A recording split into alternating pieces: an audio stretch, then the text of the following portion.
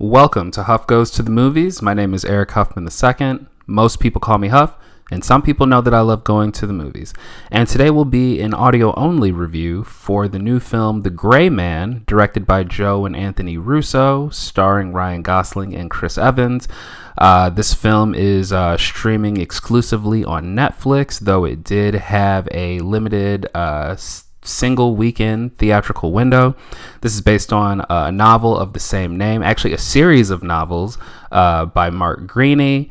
This is something that has sort of been in the works for a number of years now. It's gone through a few different iterations of development. I read that Brad Pitt was originally attached to star, and then Charlize Theron was also attached to star at some point. But the film ended up in the hands of the Russo brothers, and Ryan Gosling is the lead here. He plays Six, a CIA agent who is part of a off-the-books division of CIA hitmen called Sierra. He is paired up with Ana de Armas, another CIA agent, at the beginning of the film, after being recruited by Billy Bob Thornton.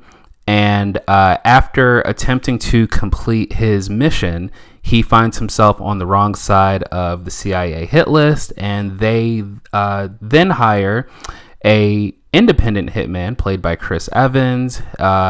So this sends Ryan Gosling's character all across the world. Lots of shoot 'em ups, lots of chases, lots of things going boom and crash and bang and the whole nine.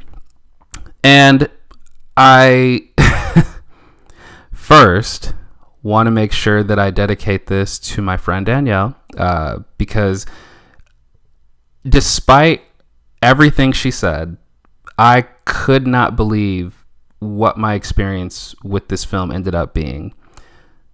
Simply put, The Gray Man is god awful.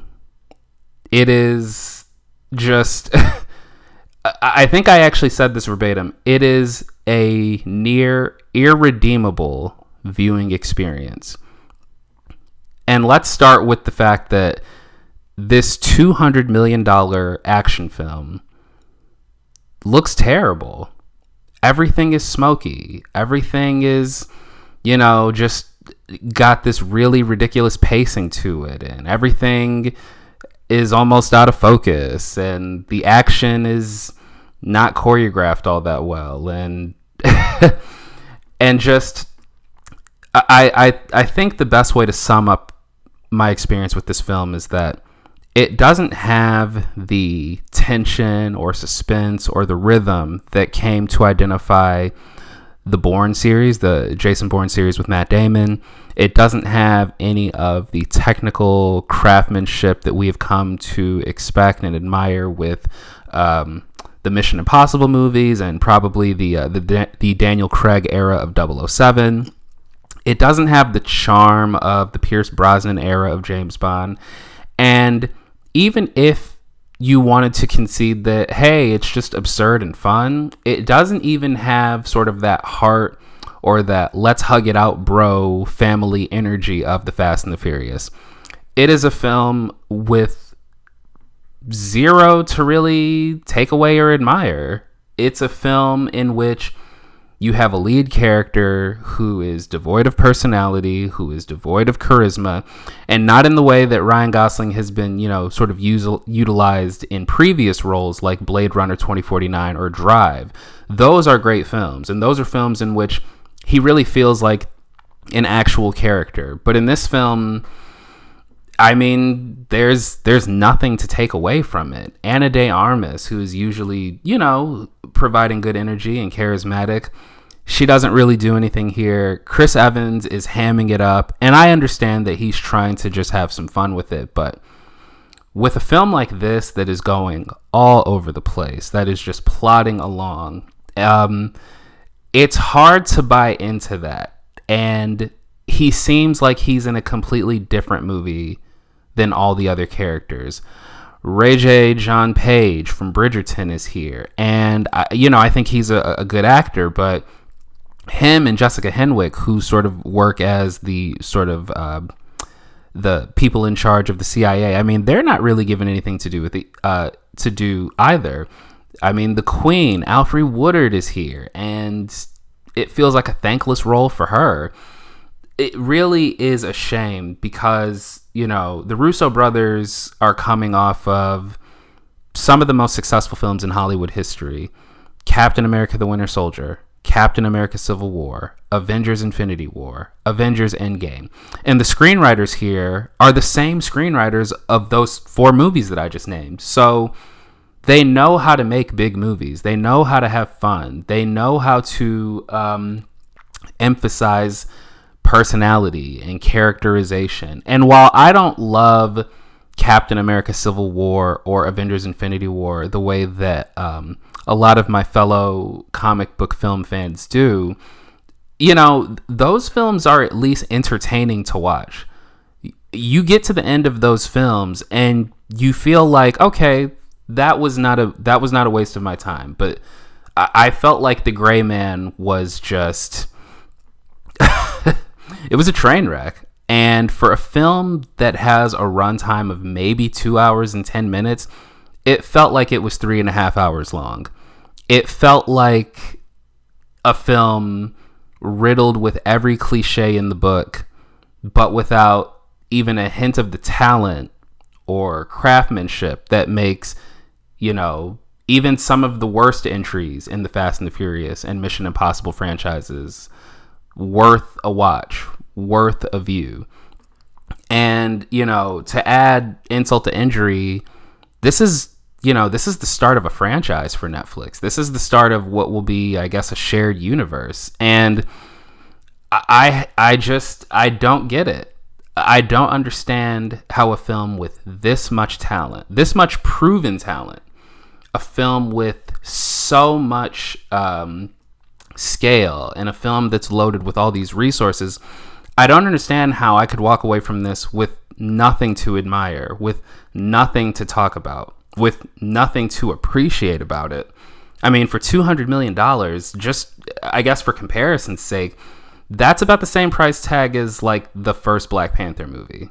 And while this film does not have to be a cultural phenomenon like the first Black Panther film, I mean, my goodness, it's just it really does feel like a big block of nothing. It really does feel like the people making this film forgot how to make films.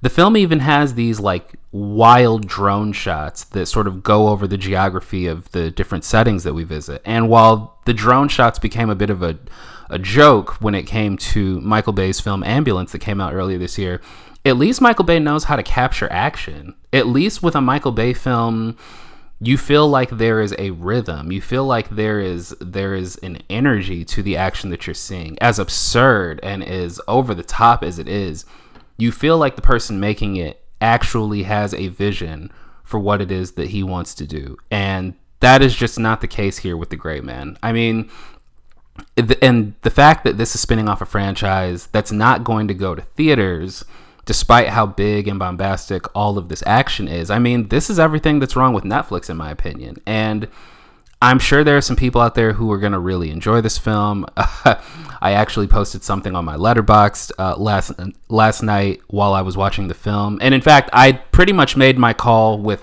45 minutes left in the film. With 45 minutes left in a film that is just over 2 hours, I knew that there was nothing I was going to come away with of note. But when I posted it, I did have some people message me to say that they actually enjoyed the film. And to those people, listen, more power to you. I'm jealous. I can't tell people to not enjoy films. Your experience is your own. And if you came away from this with a positive experience, hey, listen, that is fantastic. I know that I have enjoyed some films that not a lot of people like, and that's okay. I mean, that is the beauty of film, is its subjectivity.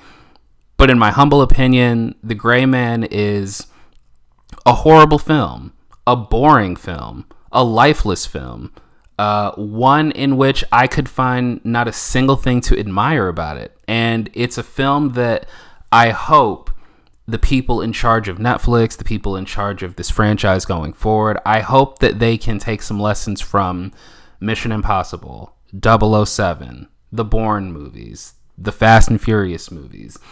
I hope that they can take away some lessons from what it is that has made those films connect with audiences for decades now, in the case of James Bond. Yeah, and so it's I cannot recommend it, though. It's on Netflix. It's a big action movie. It's got Captain America in it. People are going to watch this film. And, you know, at that point, I'm sure that someone will find something to love about it. But for me, it was horrible. I mean, I don't know if I'm quite as upset about this film as I was with Jurassic World Dominion. But also, going into Jurassic World Dominion, I did not have a lot of faith in the director, Colin Trevorrow. Going into The Gray Man, like I have numerous experiences of seeing films directed by the Russo brothers that I enjoyed. So I feel like it's even more of a disappointment just from that perspective. But really, that's all that I really care to say about The Gray Man at this point. You know, trashing on directors' work is something that has made YouTube a little bit toxic, and I guess I'm contributing to that with this review because of how much I didn't like this movie. But hey, listen, I call it how I see it. I gave this film a chance. I sat down with it, my wife and we really did not have a positive experience. And that's just being honest. But if you have not already seen The Gray Man, I hope this review has not completely scared you away. If you have seen it, comment down below. Let me know your thoughts. Are you looking forward to seeing how this franchise, this shared cinematic universe continues?